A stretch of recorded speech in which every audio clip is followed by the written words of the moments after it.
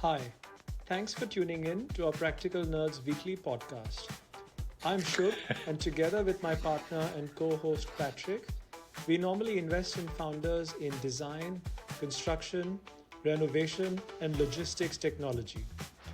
Many of our friends in the ecosystem wanted us to start a podcast on the built world, and in return, we decided to honor their request with a show about nothing at all. Hey Patrick, we're back again for another one. How are you doing? Doing great. Been on the road again this week, and maybe sort of I'm sort of back to normal continuous mode. How about yourself? Nice. I've just been in one place more or less for this week, so don't mind the change of pace back to something more normal this week. Good. Did you have Yeah, good food? I did. I Good. mean, I'm in Berlin after all. Will you have Uh, good food next week? I think at least for parts of the week I will. At least for Good. parts.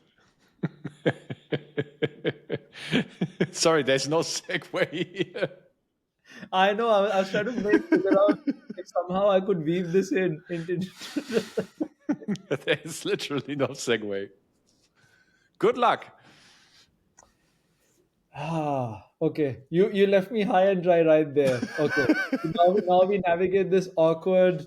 We do this awkward dance to somehow find a way to How get. about this? I can see ongoing in your face how you're right now reevaluating your life choices Uh-huh. and if I am still worthy of being your co-founder.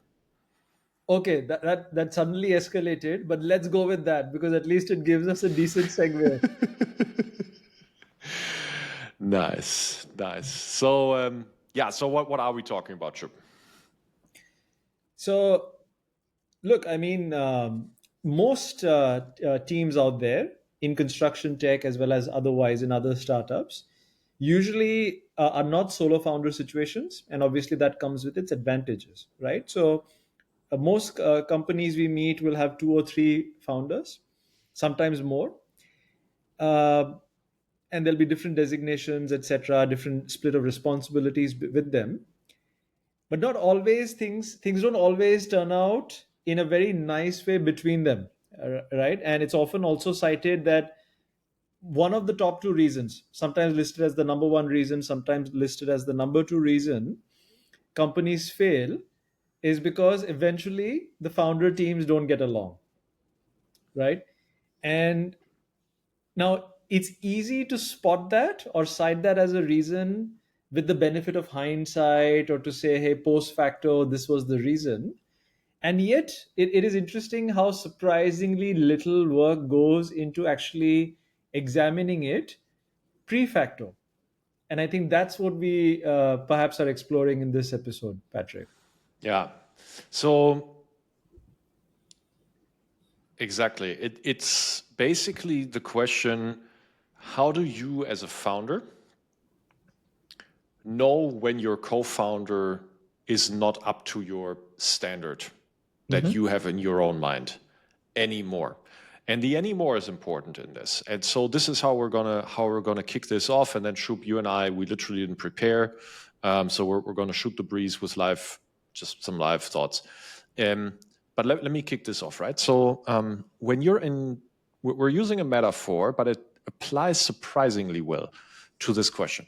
So the metaphor is this: when you're a credit lender, traditionally being a bank or whatever, it could be the person that finances your car, et cetera, et cetera, et cetera. When you're a credit lender, there's a concept called decay of credit worthiness.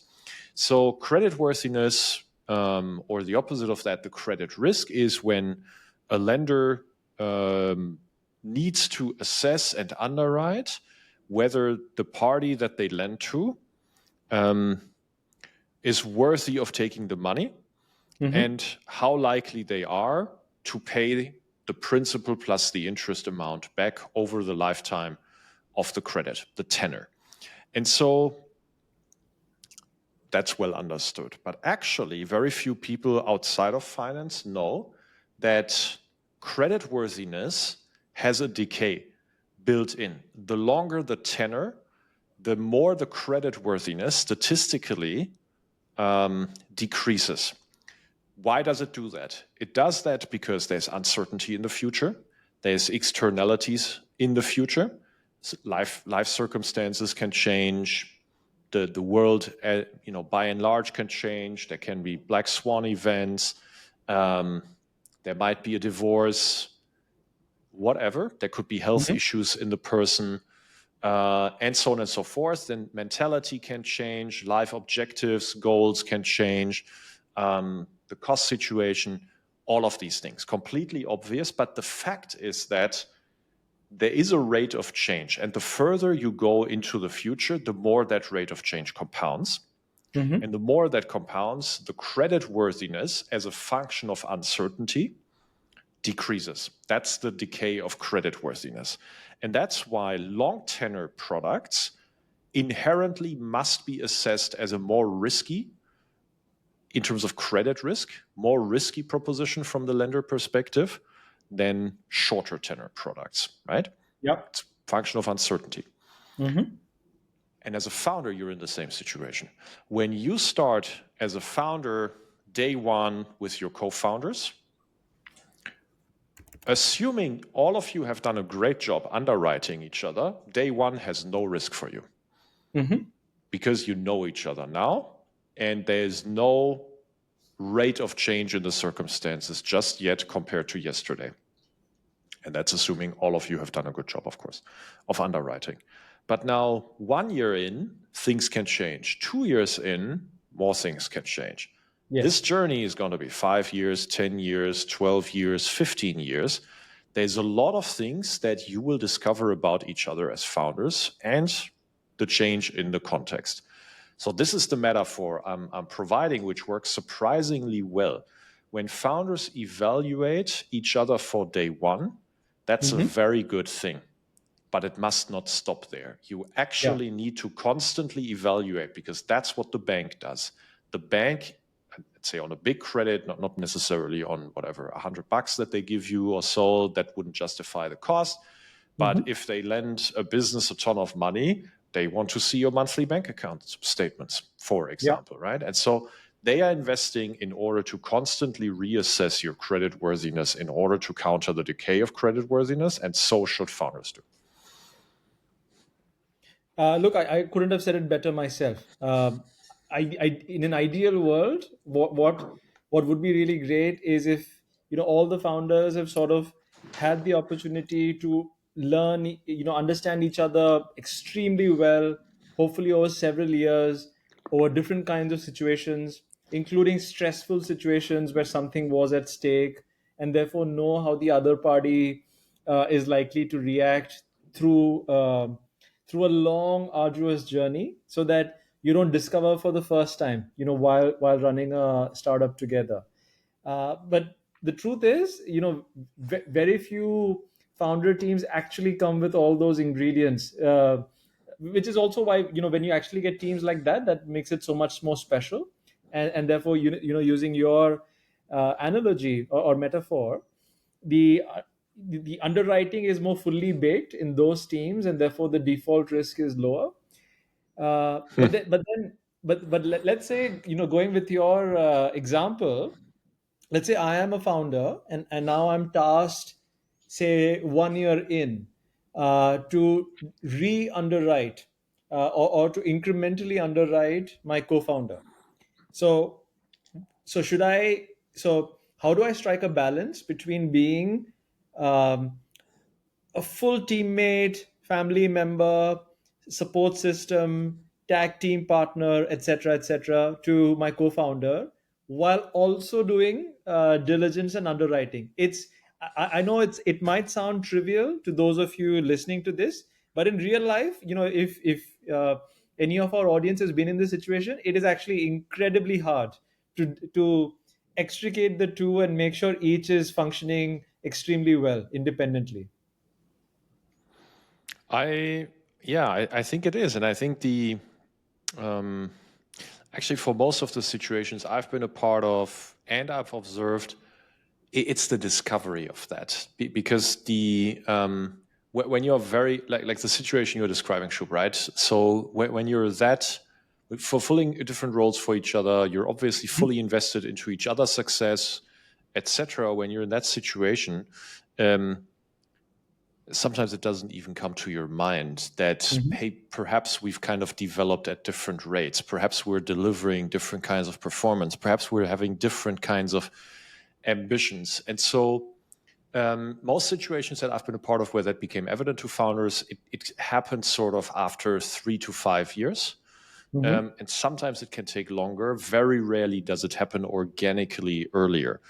I don't know if someone has found a, let's say, super methodical way of doing that. Would be an interesting subject to discuss with a psychologist Yeah. or a coach, I guess. Mhm. What do you Yeah. think? Look, I think if there are founders who have developed these abilities, I think that would be a superpower. It would be an interesting thing to know. I imagine because I can't ignore the fact that in these situations, I'm usually observing from the outside as an investor. I'm also simultaneously asking the question, is there a way I could diligence this relatively early in the journey? I think it seems like a mighty hard thing to be able to diligence. It probably is like something which grows during the journey. So with experience as an investor, I'm becoming comfortable in that Mhm. skill, but it's still there are situations where where it's evident to me that there will be a rupture, but Mhm. it's not evident to the founders. And the most evident one is when there's just such a tremendous difference in skills between the founders, but the founders Yeah. have an emotional bond, etc. Um, then it becomes fairly obvious with a trained eye like ours that is going to happen. Now I can't predict at some point, 12, 36 months, whatever, there's some time that needs to go in order for the decay to compound. But so that, yes, whereas if the difference is more in, hey, the value systems perhaps develop in different directions, ambitions perhaps don't match up anymore. No, Hmm. I couldn't. So that I would not be able to see reliably from the outside. Sometimes I might not. I think that's easier actually for founders among each other. But Yeah. yeah, I mean, being aware and actually, um, I guess, just re-underwriting each other, that Hmm. would, in just if you commit to it, that's already a good starting point. I agree. Um, I agree.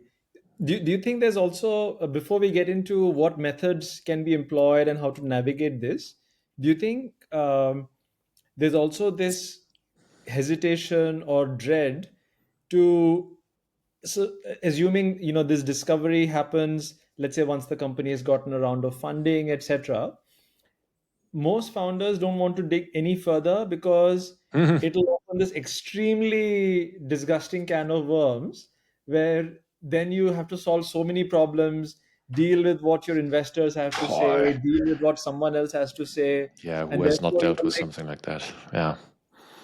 yeah, and therefore then you're like, God, let me not entertain that thought, let me just carry on. Because I think I have come across such cases, by the way, Yeah. where people have just chosen to look the other way for years at a time, until of course then they can no longer look the other way. But do you So think that also gets in the way of preemptively trying to critically analyze their co-founders? I do, and I think it happens to all of us to a degree. I think it happens. The less experience you have, the more, Hmm. um, and the older, the more, let's say, more experience, the more accomplished in life you get, the more resilient your life becomes. I think it tends to happen less. It's still a function of personality, etc. So, I think that's quite common. And interestingly, somewhat related to this, I also wanted to make this comment, Shub. I actually think that the whole risk of decay of creditworthiness amplifies exponentially with every additional co-founder in the team for multiple reasons. So I think actually in a two co-founder situation, it's possible, but it's the Hmm. least likely to happen. Next to the solo founder for obvious reasons, but Yes. unless it's a bipolar one. But it's three. Now you have a new dynamic because now you actually have a multivariate underwriting with different kinds of relationships. The Yes. communication becomes just slightly more tricky. It's still very straightforward typically when you communicate effectively, but it becomes, hey, what if I do this? What would that guy think and that gal think, etc. So it becomes a little bit that once you're at 4 co-founders, I can almost predict that in more than 50% of the cases, founders over a 10-year period will experience decay of creditworthiness, and someone will feel, hey, one person on the team is not up to our standard. I can predict it. In Yeah. more of 50% of the cases, it's likely to happen, and it's very tricky in that case. So it can. Sorry, actually, shoot back to you. It can be trickier to resolve it, or it can be easier. Hmm. Funnily, to resolve Yeah. it, it's just more likely to occur.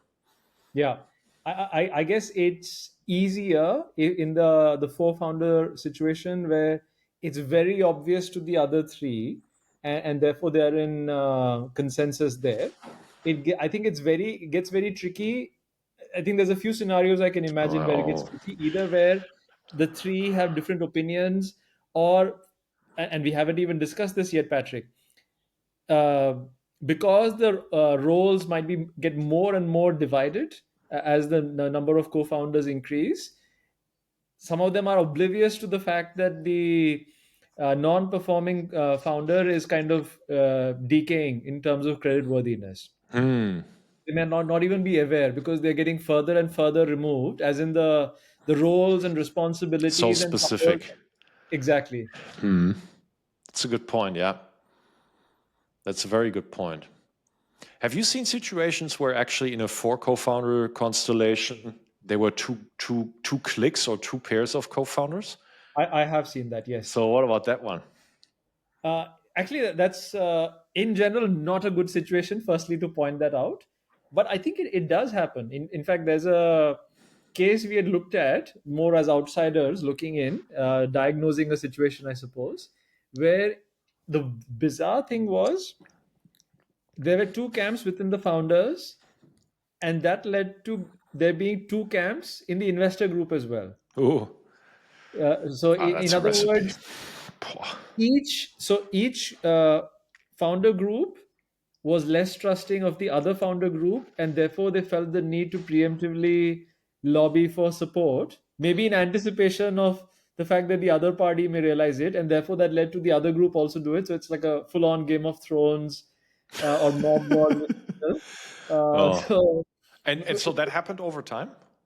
over time, yes, I think this manifested over like a 2 year, 2 3 year phase, Okay, yeah, that's that decay, no?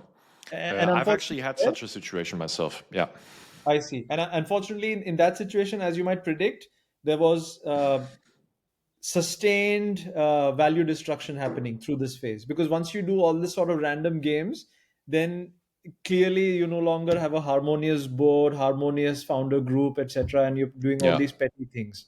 And now you might think, if you're a founder right now and you're in this situation, sometimes these 4 person founder teams form because they're genuinely like longtime friends, high school mates, even middle school. I mean, that happens too, right? And so you might think that guards you against this because you're like, no, no, no, we're we say in German, there's no sheet of paper that fits between you, right? Meaning how tight you are with each other Yes. and how close the ranks are.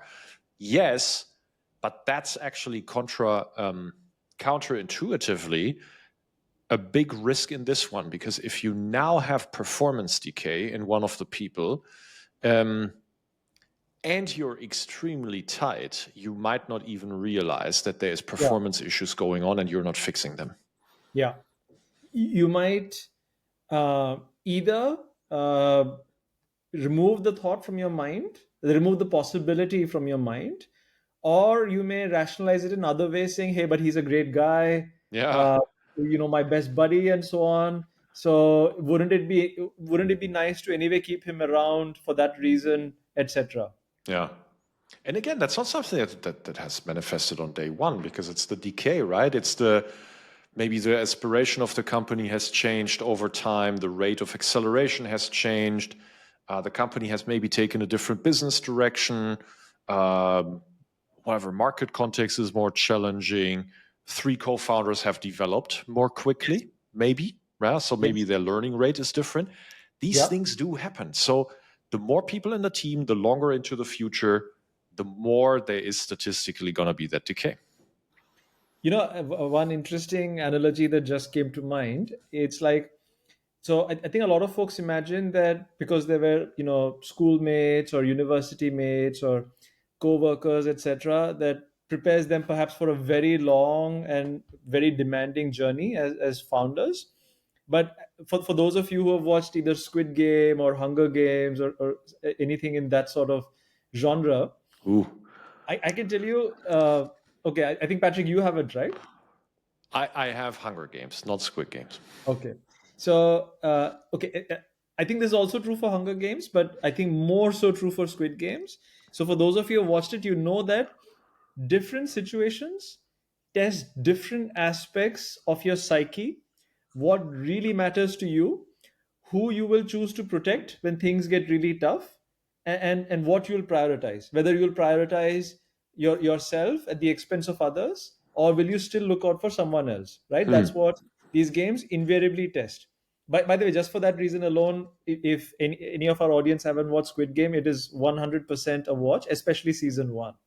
But coming back to our subject, running a company, especially over the longer term, not just the first year or two, it's something like that. Different situations along the way will come up where unfortunately you'll be forced to make a choice, where someone will be unhappy, or you yourself will be unhappy, or you'll have to grind through very difficult times, do the dirty work yourself, etc.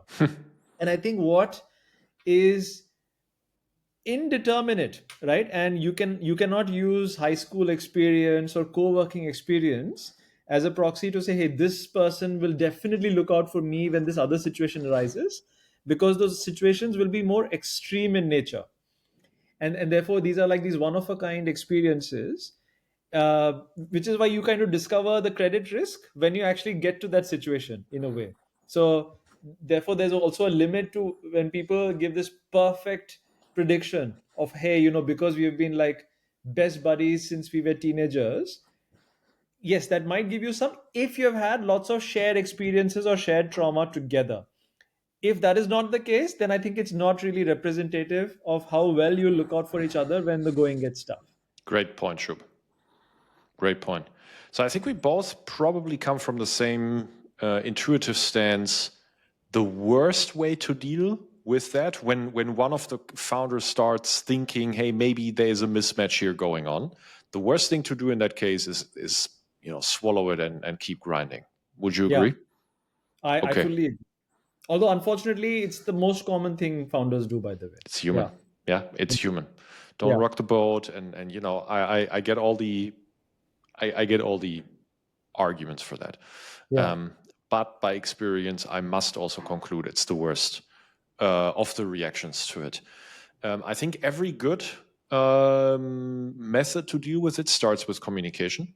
Hmm. This should not surprise anyone, but also how you communicate. And so, where situations resolved positively for everyone involved, in my experience, that always came with a fairly honest and direct, unfiltered but respectful communication that can start something with like, hey, for a while I've been feeling we want different things, or for a while Hmm. I've been feeling I pull more weight, Hmm. things like that. And so that can get you into a conversation not too dissimilar to how you would also in a healthy relationship discuss with your partner. Is that something Yeah. you would and you have other cultural contexts too, is that Yeah. something how you would see it? So I think very similar to what you said. Perhaps just to add an extra level of granularity, which I think you'd already implied, but I'll spell it out nevertheless. If there's audience here who's looking for tips, maybe navigating the situation right now, is to not always start with the assumption that the person is free from their baggage and yet underperforming. It might be going back to our episode on focusing on bottlenecks, there might be a specific bottleneck weighing that person down. Could be something that they're going through in their life situation or whatever, right? Who knows? It perhaps starts by with a genuine level of care and curiosity for what bottlenecks that person might be faced with, and then to find that out, it truly in a problem solving method. Then of course, if the bottleneck is legitimate within the power to solve, etc., why not go ahead and try to solve it, and hopefully that closes the problem, and there you go, right? You've solved the problem and maybe saved yourself from an even more awkward conversation. But either if there were no bottlenecks, or the bottleneck is not legitimate, or solving the bottleneck proves that actually that was not maybe the root cause, I think that is when you have very reasonable grounds to escalate the matter into exactly what you said, Patrick, to present it as a case of the burden not being carried adequately, etc. And then communicating with each other first. I think that's Yes. extremely important. Also, to not have regrets later, either because you didn't do it and nothing changed, or because you didn't do it and you kind of escalated in another way. And there Yeah. is a very moral regret that you can have, and there is a performance regret that you can have. So it is completely obvious what should be very obvious to everyone that has a certain minimum level of EQ and life experience, but still it's worth pointing out. This is the only way how you can actually get that ball rolling and perhaps getting the resolution resolved in constructive ways.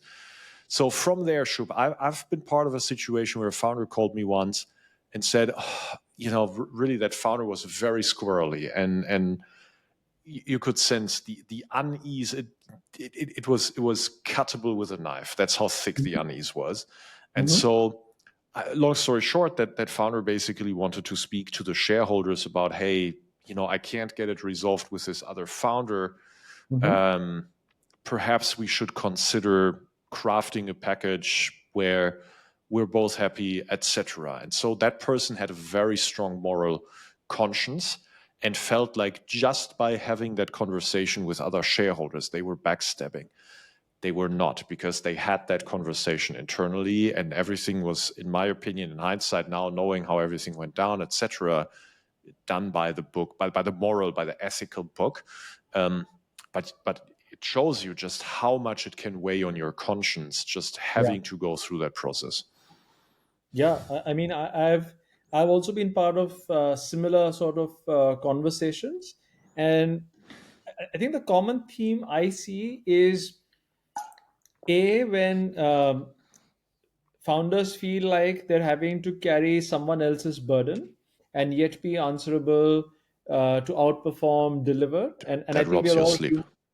exactly right. We're all humans. We feel answerable to deliver to whatever goals we have set ourselves, right? Be it our shareholders, our loved ones, and or to ourselves, etc. So it might be that you have to carry someone else's burden and yet deliver at whatever targets you set yourself, and it eventually weighs down on people. So sometimes you also need to treat it in a very cold and calculated way as a method of self-preservation, because if you Yeah, don't do that, sooner or later it will catch up to you as a founder, I right? think you're right. Yeah. It's the feeling of unfairness that will rob many people's Yeah. sleep. Yeah. Because in a very poetic and almost in a creative sense, hopefully the reason why you decided to become a founder was it gives you the ability to express yourself as a business owner, and as creating a new enterprise. And when that is robbed of you, where you're actually having to carry someone else's burden in order to meet various expectations put on you, you're in some ways robbing yourself of the joy of being a founder. So at least to yourself, I guess you owe to give yourself back your own purpose and mission. What I would caution anyone in that situation, Shub, so you can, when you're in that situation, sort of an easy and less conflicting resolution is, okay, let's just rediscuss ownership perhaps, or maybe we bump one guy's salary and the other one not. Terrible idea. Flat out, in almost all situations, it's a terrible idea. you do not fix a situation of misperformance, mismatch in performance, mismatch in ambition by just paying each other differently. The mismatch is still going to be there. You will just carry forward with the frustration. Terrible Yeah. idea, will not work. I mean, so just to deal with it, there are variants to what you just said, which could solve specific personal situations or bottlenecks, which may be an answer. I'm not saying it's the best answer, but an answer to the problem. But yes, specifically the way you phrased it, I fully agree. And I don't think you can fix with that a mismatch in ambition, Yes. aspiration, hunger. I think you can in Yeah. terms of the hours put in, for example, or perhaps the value contribution to the mission, but you cannot fix a different level of dedication and obsession with it. You're just going to have more and more of these problems. That I fully agree with. Yeah. Okay, so now I'm communicating. I'm kind of handling my guilt, the emotion of guilt that I might have Mhm. if I'm not a sociopath, which, by the way, sometimes make the best founders. Put that on the record too. But what else can I do in this situation? Or should I? So I think it's important. Um, Easier said than done, but it's important to be calculated and objective in the approach from here on. Because I think if you allow too much subjectivity or emotion to get into this process now, I think it can, uh, you lose the ability to judge how it is that you're framing discussions, and you can also make the process much longer and more painful than it needs to be for everyone involved. Mm. uh, Again, I say I really have to emphasize it's, easier said than done to be calculated and objective. So what I would actually stress on is, if there are people you talk to help you become objective, if there are investors of yours who, taking them on board gives you more confidence to be more objective, do that. Whatever helps you build up that confidence to not feel alone, to feel like being objective is so that doesn't make you guilty in any way. I think this would be the right time to take on those approaches to So that strengthen. I let me run with that. I agree, and I think that's a very practical thing that I do, Mhm. and I think um, it's a dependable, reliable way to get truly objective uh, advice and feedback on the situation. So find someone or someones that have no shares in your business, Mhm. that are not invested in you personally, Okay. and that will speak honestly and truthfully, and that Mhm. have life experience. These four. Mm. So let me go through each of them. If you talk to you obviously should talk to your shareholders. There's no doubt about it. Mhm. Um, but try to find someone that literally has no horse in this race. Also, Okay. don't talk to someone who's Very good idea, by the way. yeah. Yeah. Don't talk to someone who's funding a competitor. That's also having a horse in the race, right? So don't talk to no horse in the race. Yeah. Talk to someone that has, let's say, no objective to please you, that has Hmm. no, whatever. That's not a long time friend. That's Yeah. some okay. Find someone. So if you talk to someone that actually is a long time friend, family member, etc., of course there is an incentive to not damage the relationship or um, you know don't find these people. Mhm. Um, then three that will talk plainly and directly. Sometimes for me, it was Israelis, it was Dutch, it was Germans that speak the most plainly and that Mhm. just are not afraid to be unfiltered with you. Yeah, so that's something I've found too. Okay. Whereas if you find someone that will maybe sugarcoat or maybe use coded language, Mhm. now you have to kind of Yeah. understand what is it that they are telling me. That's exactly not Yes. what you want in this kind of a situation. Mhm. Um, Not ideal. Um, yeah, and so find someone that follows these 4 attributes. And then you, as a 5th thing, you have to actually speak objectively and factually. And that's hard, of course. But if you want a true assessment of the situation, you're going to do yourself a disservice if you leave critical details out, if you're leaving context out, just because then you're in confirmation bias. Okay, so Yes. that's not what you want. What you want is, okay, I'm gonna give you the lay of the land, and you tell me what you read with this. And so for founders, all of these criteria can sometimes be found in investors you maybe spoke twice or 3 times with. It can sometimes be found in another founder that you only met once, perhaps. But find people who are not like, sorry to say, the employed investor, 29 years old. Terrible idea usually, just Yeah. because we all grow with life, right? So if you can find someone that is 60 and gives you this perspective, it tends to be a better idea than to pick someone that is at the start of their life, right? Yes. Completely obvious when you hear me say that, but you would be surprised how few people actually stick to that because they prioritize by, hey, let me pick someone that I get along with well. Yes. That's not the criterion for this. Pick someone that can assess the situation and will tell you. That's it. Yeah. And the only thing I'll add, I think it's a fabulous set of people you've suggested. If you're lucky enough to actually know someone or be able to reach through your contacts someone who's been in a similar situation before and come out of it well, learn from their experiences. Yeah. Yeah. The best ones will just ask you questions, by the way. Yeah, exactly. So I think this is a useful framework. It's for me 2 things. One, it's inevitable the more founders you add. Yes. Inevitable if you have like 4 founders. I will short your team. At some point over 10 years, you will have this situation more than 50% of the times.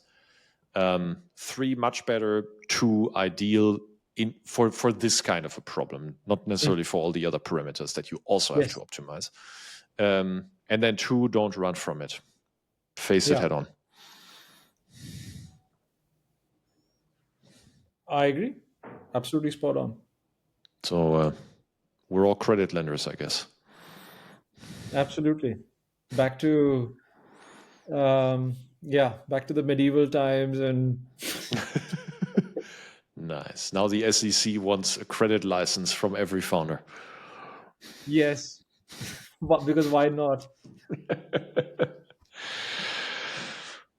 Good. Did we cover it, Shub? I think so. I think the situation is very complex, and therefore each situation will be very bespoke in its like idiosyncrasies and the reason why it makes it possibly gut wrenching. But that is why it's impossible to give advice that applies in all situations.